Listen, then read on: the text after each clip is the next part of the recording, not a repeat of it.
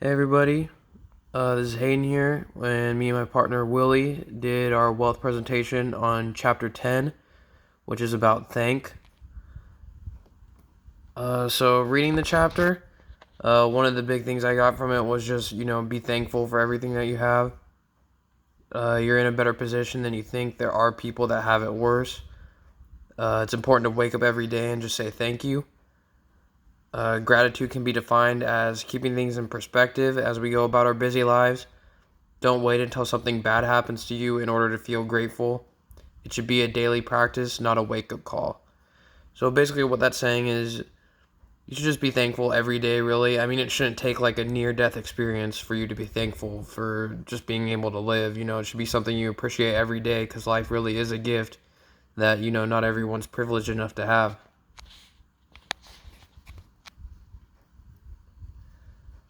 This quote I thought was really good from Albert Einstein. Uh, I got it from the book. It just says basically there are only two ways to live your life.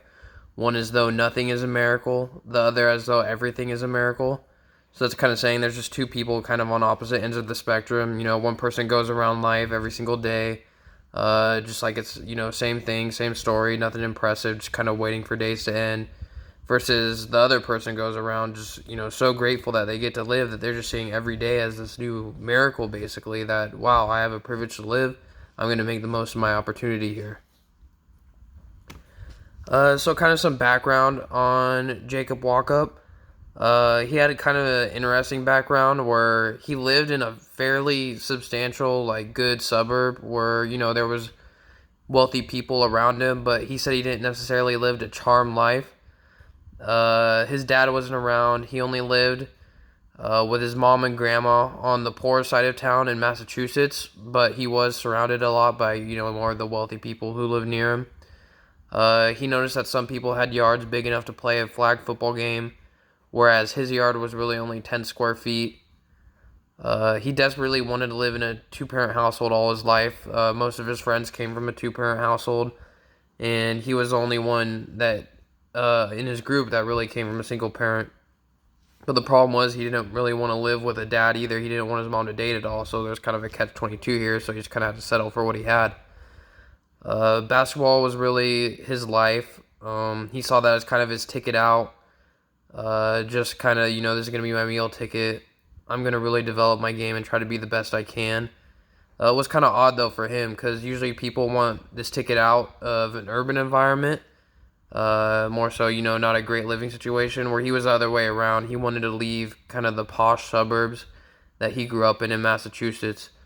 So to do this, though, he knew that if he wanted to be the best, he had to play with the best players he could find.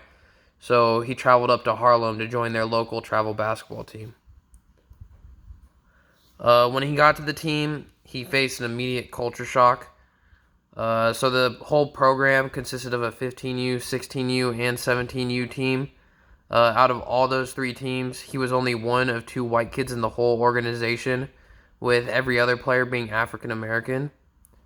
The big thing, though, he got from this experience wasn't really basketball. It was more that he was really taught what gratitude really was. He remembers going to crappy motel rooms for tournaments, being like, "Wow, this is terrible." But he'd see his teammates be like so amazed by that. There was just hot water and clean towels, and stuff that they didn't really have back at home in their projects. Each week or each tournament, they were all given a per diem amount of money to spend on food, such as places like McDonald's or Burger King. And when they go out to eat, he sees his teammates just eat so fast as if they'd been starved for so while and were eating at home. And later came to realize that they weren't, and this was really the only type of meals they were ever provided. The first night at their first tournament, Walkup put a quarter into the payphone and gave his mom a call to just let her know that he had arrived at the motel safely. Upon conclusion of the call, one of his teammates that was sitting by him remarked, "Wow, it's nice that you have a mom who actually cares where you are." That kind of gave Walkup like a wake up moment that wow, like I am blessed to have a mom who actually like dedicated her life to me and cares about what I do versus a lot of his teammates' moms kind of some weren't even around. Some didn't really care what was going on. And it was just nice that he had someone in his life like that who had dedicated so much of their life to him. This was another quote that I liked from the book that I pulled. So the quote says, "Gratitude unlocks the fullness of life. It turns what we have into enough and more, turns denial into acceptance, chaos to order, confusion to clarity. It can turn a meal into a feast, a house into a home, a stranger into a friend." And I like this one too, because mostly it's just basically saying, like, no matter what your situation is, just being grateful can always improve that. Like, even if it's just a terrible situation, just having that gratitude, you can go from, chaos to order, confusion to clarity. Like, just everything can be upgraded by just having a gratitude mindset. So later in the season, Walkup and his teammates won a championship at a really big national tournament in Lubbock, Texas. However, even that they had reached the highest point in basketball career so far for Walkup. He said that the highlight wasn't really winning the championship or his first dunk in the tournament. It was kind of the time off the court that he got to spend with his teammates and really get an insight into what type of lives they were living every day. So during off the court free time that him and his teammates had, they went to the mall that was just kind of locally stationed in Lubbock, and it was really the first time that Walkup had faced racial profiling, as him and his teammates, as soon as they set foot in the mall, were followed from store to store by police officers and security. And, it even frustrated Walkup, and he really saw how frustrated and furious his teammates were. And they came in with no intention to steal anything, but they just started to steal items just in spite of the officers, just to kind of get back at them. And so they got back to the hotel, and the coaches heard about this incident. So they decided to take away every player's per diem meal money for that week. And for Walkup, it wasn't really a big deal because his mom had money. He could just get her to send him some. Like, it was no big deal. But, I mean, for his teammates, they didn't have access to anything.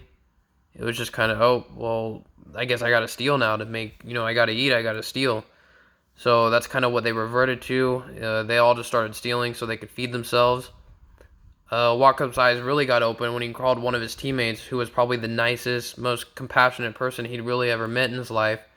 Basically went into 7-Eleven and just robbed half the store like a pro. Nobody noticed anything. It was like he'd done it pretty much his whole life, which, he later realized he had. He was talking to his teammate. His teammate really did seem remorseful about it and embarrassed. But basically, he just said, it's something I've done all my life to survive, and it's really just second nature for what I do. Like, this is what I have to do to live, and I feel bad about it. But, I mean, the only other option is to starve and, maybe die. So, just, I know what I got to do to survive, and it's just what I got to do.